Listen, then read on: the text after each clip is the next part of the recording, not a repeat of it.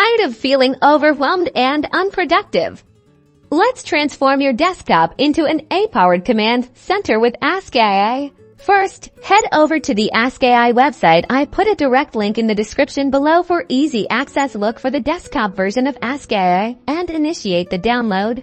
Once downloaded, run the installation file. Follow the on-screen prompts carefully, accepting the license agreement, choosing an installation location, and confirming the installation. After installation, launch Ask AI. If you're a new user, follow the registration process, which typically involves creating an account with your email and a secure password. Now, let's explore the interface. You'll see a text input field, similar to a chat window. This is where you'll type your prompts or questions for Ask AI.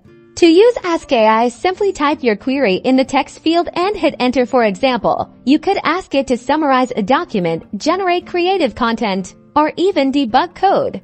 Experiment with different prompts and tasks to discover the full potential of Ask AI. You can use it to streamline your workflow, brainstorm ideas, and solve problems more efficiently. And that is how you can integrate AI into your desktop workflow.